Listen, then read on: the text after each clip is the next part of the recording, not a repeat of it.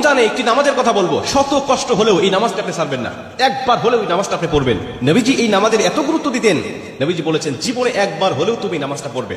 এই হাদিসটি ইবনে মাজাহ শরীফের, তিরমিজি শরীফের এবং আবু দাউদ শরীফের 1297 নম্বর হাদিসের মধ্যে এই হাদিসটা বর্ণনা হয়েছে এই নামাজের কথা। নবীজি তার চাচা আব্বাস রাদিয়াল্লাহু তাআলা আনহুকে ডাক দিয়ে বলেন, চাচা আমি আপনাকে এমন একটি নামাজের কথা বলছি, এই নামাজটা আপনি প্রতিদিন একবার হলেও আপনি আদায় করবেন। চাচা যদি প্রতিদিন সম্ভব না হয়, অন্তত সপ্তাহে একবার হলেও আপনি নামাজটা পড়বেন। যদি সপ্তাহে সম্ভব না হয়, তাহলে আপনি মাসে অন্তত একবার এই নামাজটা আদায় করবেন। চাচা যদি মাসেও আপনার পক্ষে কষ্টকর হয়ে যায়, বছরে একবার পড়বেন। যদি বছরেও না পারেন, জীবদ্দশায় অন্তত একবার হলেও নামাজটা পড়বেন। কারণ এই নামাজটা এত পাওয়ারফুল নামাজ, এই নামাজটা আদায় করার কারণে আপনার প্রকাশ্যে অপ্রকাশ্যে যত গুনাহ করেছেন, আপনার ইচ্ছায় অনিচ্ছায় যত গুনাহ করেছেন, আপনার অতীত জীবনে যত গুনাহ করেছেন, সব গুনাহ আল্লাহ আপনাকে ক্ষমা করে দিবে। চাচা এই নামাজটার নিয়মটা একটু ব্যতিক্রম। এই নামাজটাকে বলা হয় সালাতুত তাসবিহ। এই নামাজের মধ্যে অতিরিক্ত কিছু তাসবিহ পাঠ করতে হয়। সুবহানাল্লাহ, আলহামদুলিল্লাহ, লা ইলাহা ইল্লাল্লাহ, আল্লাহু আকবার। এই চারটা তাসবিহ একত্রিত করে সুবহানাল্লাহি ওয়াল হামদুলিল্লাহি ওয়া লা ইলাহা ইল্লাল্লাহু আল্লাহু আকবার, এই তাসবিহগুলো, এই বাক্যগুলো এখানে পাঠ করতে হয়।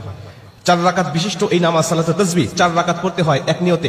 4 রাকাত নামাজে প্রতি রাকাতে 75 বার করে করে মোট 300 বার এই তাসবিহটা পাঠ করতে হয়।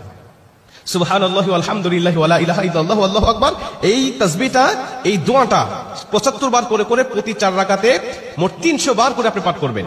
কি নিয়মে পাঠ করবেন আমি আপনাকে নিয়মটা শেখাচ্ছি। আবু দাউদ শরীফের 1297 নম্বর হাদিসের মধ্যে যে নিয়মটা এসেছে, আমি এই নিয়মটা আপনাকে শেখাচ্ছি। আমাদের সমাজে আর বেশ কিছু মানুষ বেশ কিছু নিয়ম বলে, কিন্তু আমি আপনাকে হাদিস থেকে সরাসরি নিয়মটা জানাচ্ছি। এটা আপনি রেকর্ড করে নেন, খাতা কলম থাকলে লিখে নেন। প্রয়োজনে এটা যত সোশ্যাল মিডিয়াতে যাবে, ফেসবুক ইউটিউবে যাবে, এটা আপনি সেভ করে নিজ আইডিতে শেয়ার করে রেখে দিবেন, যাতে আপনিও শিখতে পারেন, অন্য মানুষকে শিখাতে পারেন।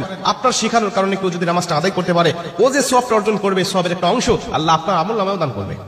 এজন্য এগুলো মানুষের কাছে ছড়িয়ে দিবেন যত সম্ভব হয়।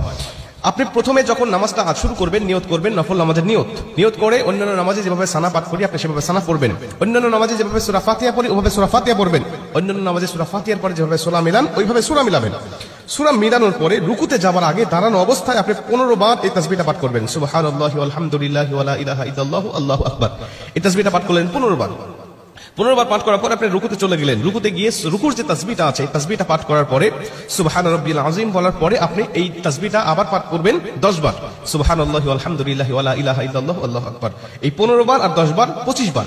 এরপরে আপনি রুকু থেকে উঠে দাঁড়ালেন, দাঁড়ানোর অবস্থায় আপনি আবারও 10 বার পাঠ করবেন। তাহলে হলো 10 আর 25 35 বার। এরপরে আপনি রুকুতে চলে যাবেন। রুকুতে গিয়ে রুকুর তাসবিহটা পাঠ করার পরে আবারও পড়বেন 10 বার। এই হলো 35 আর 10 45 বার। এরপরে আপনি রুকু থেকে আবার উঠে বসে পড়লেন। বসার পরে আপনি আবার পড়বেন 10 বার। 45 আর 10 55 বার। এরপরে আপনি আবার রুকুতে চলে যাবেন। রুকুতে গিয়ে রুকুর তাসবিহ পাঠ করার পরে আবার পড়বেন 10 বার।